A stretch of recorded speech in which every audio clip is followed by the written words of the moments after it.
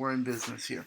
We're in business. Hello and welcome. It's been a while since I've made a video, but this is the perfect time to make such an important video. And I have with me a ranking of everyone's individual performance in the first official season of Marvel Rivals, a game that majority of us played this season.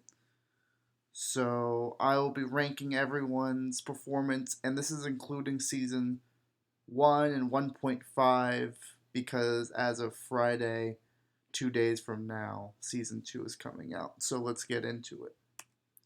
So who's getting ranked? Very, very simple. We got Spencer, we got Tony, myself, Brian, Ethan, Martin, Tyler, and Chris. 8 individuals. If I forgot someone who I don't think so, we do not care. Basically, it's like Flight React says, we got this person, and the rest are nobodies. Okay, let's get into it. Just before we start ranking, there's a few things I want to say from my research of playing this game, my own experience of what I've seen in general going on with Marvel Rivals. So, quick rant. First of all, almost everyone who got to their highest rank did it to an extent solo queuing.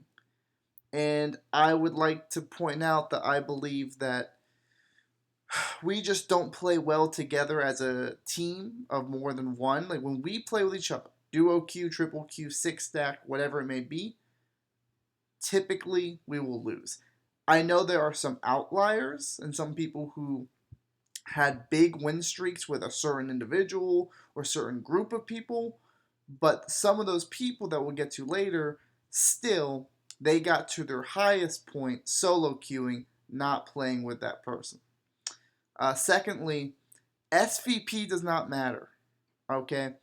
You getting SVP, you know who I'm talking about specifically, and flexing your SVP, who flexes when they lose?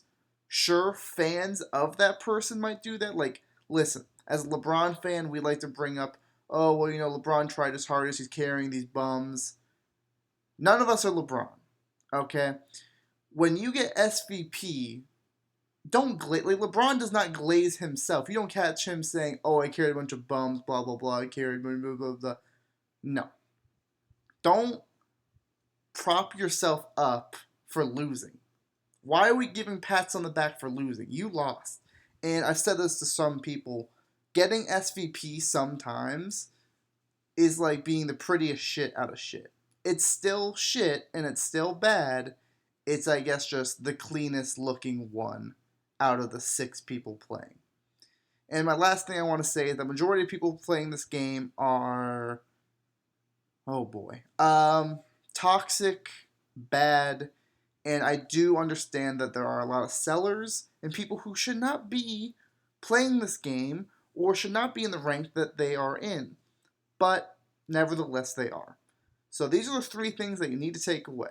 All right? These are truths. This is a fact. Yeah, you get the point. This is fact, not fiction. So starting off the rank, we got Mr. Forza himself. We got Spencer. Simply put, he just started playing this game a few weeks ago. I don't have much to merit to base him off of to talk about. He's very new.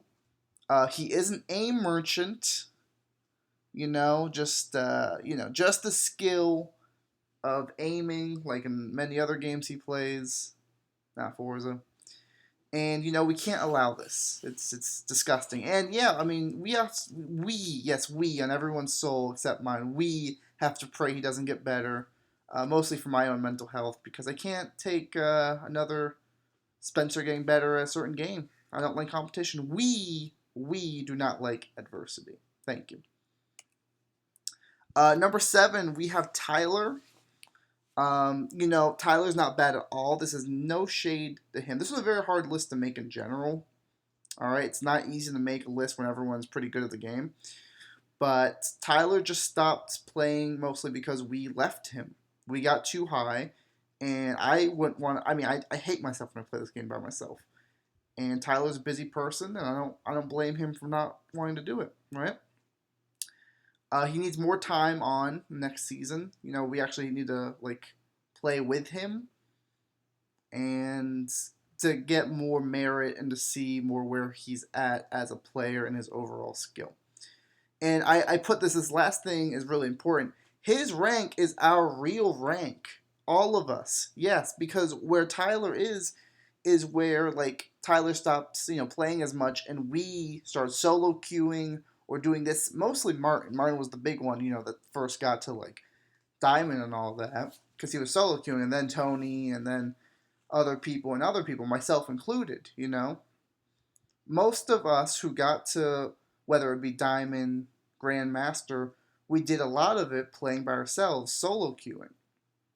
And I would possibly say that that's because,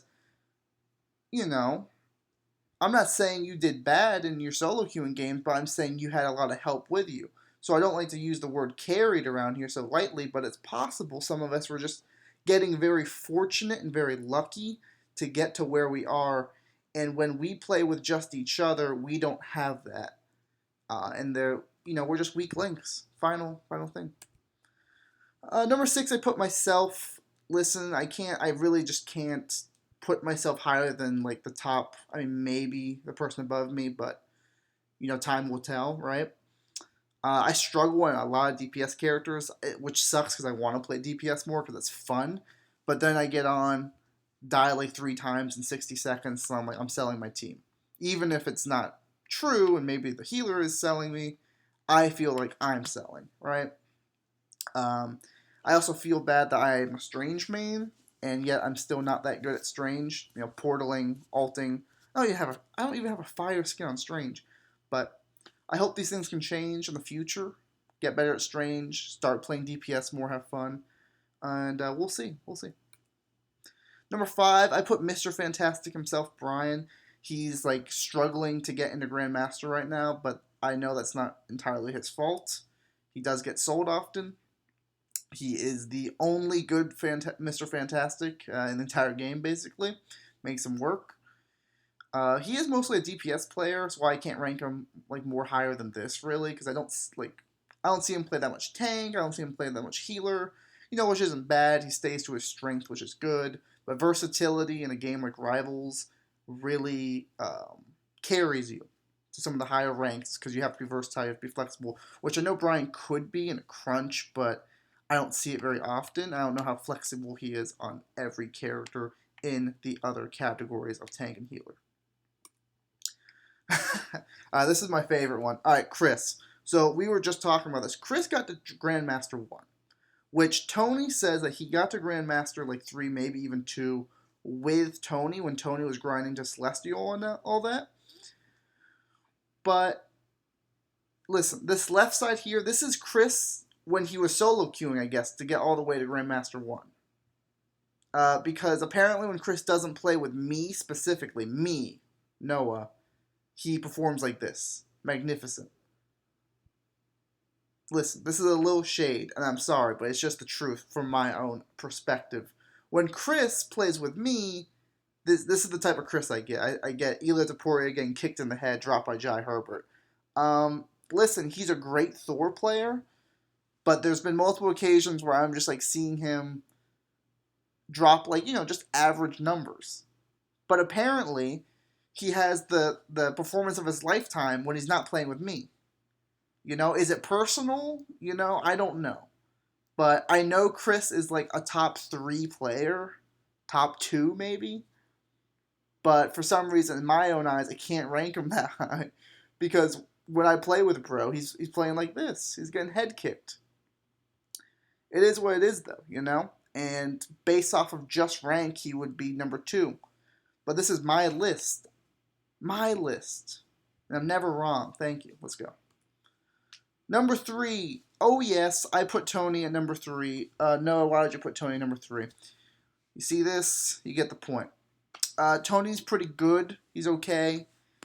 Yes, he got the highest rank, so based off of that, he should be number 1, right? No. He has high game IQ, but that's he's autism over. He's ADHD over this game. He's also like extremely bipolar because I've heard Tony probably glaze every character in this game, and then like an hour later say how bad a character is just after glazing the character for being the best. I don't get it. I believe Tony to be carried pretty decently by his 5 teammates, which, not saying he didn't perform good, he probably did to get to where he is. I'm just saying he got very, very lucky. And that's kind of what Rivals Ranked feels like in general. It feels like a lot of luck in who your teammates are. And I think Tony, like the stars aligned to get him to the rank that he got. Pretty bad aim, although it's gotten much better with his new controller and more skill and time. And I will give him the compliment. He is probably the most versatile player out of the 8 people being ranked. So that's what I'll say about Tony. I am aware, he could be number 1, he could be number 2, but I'm putting him at 3, and I am never wrong. Number 2, I'm putting Ethan, because Ethan, while it's true that he sells, and he is disgusting and vile, he is the number 1 Hulk player in the world, according to me. He hit Grandmaster, big accomplishment, good job, Ethan. And he mostly plays tank, and tank's really important. I feel like it's important to have a good tank. Because tanks just suffer in silence, and that's what Ethan does. He suffers in silence, or he screams, either or. And we just have to give more credit to Ethan. I feel like he gets underlooked, and he kind of gets underappreciated as a Rivals player. And I like playing with him. Pretty wholesome, nice dude. Can play the DPS, and he can play healer in a pinch too, even though he says, I don't want to play shitty healer, but he can, and he can play pretty well. Also, when he's locked in, he's locked. So, I mean, his locked in is better than Tony's locked in. That's all I'm going to say. Finally, number 1, I put Martin. The OG GOAT of the game from when this game first came out. He hit GM2, which is the 3rd highest out of Tony, Chris, and then him. Martin is extremely flexible, almost as flexible as Tony in all the categories. I would say Martin's probably the greatest team leader of everyone being ranked. Great inspirational leader to bring us to a win. He's got a mentality where he doesn't crash out too bad if he loses, which is nice on the soul and the mind. And also, I give him the benefit of the doubt for playing high all the time, and he still gets win, which is, I guess you could say a little bit about Ethan too. But, Martin just has been around for so long. You got to give your unks respect. You have to give the OGs respect of the game, the pioneers. And I do. I see you, Martin, and I appreciate you. And my jealousy for Martin is gone. And it's given to Tony. But whatever, This isn't biased. This is real. And listen, you could be like, well, it's clearly Tony, man. But the gap between Tony and Martin isn't that big realistically. It really isn't. So in my personal and professional opinion, putting Martin number 1, you can't be that angry at me. It's not that crazy of a take. I'm not saying Wilt Chamberlain is better than Michael Jordan and LeBron combined. I'm not saying that. I'm saying Martin is a little bit better than Tony. Shoot me, I guess, if you think I'm that wrong. But yeah, guys, this is my list. I'm very happy I got to share it with you. Thank you for giving me your time. I hope you all have a wonderful day, and stay tuned to the next video.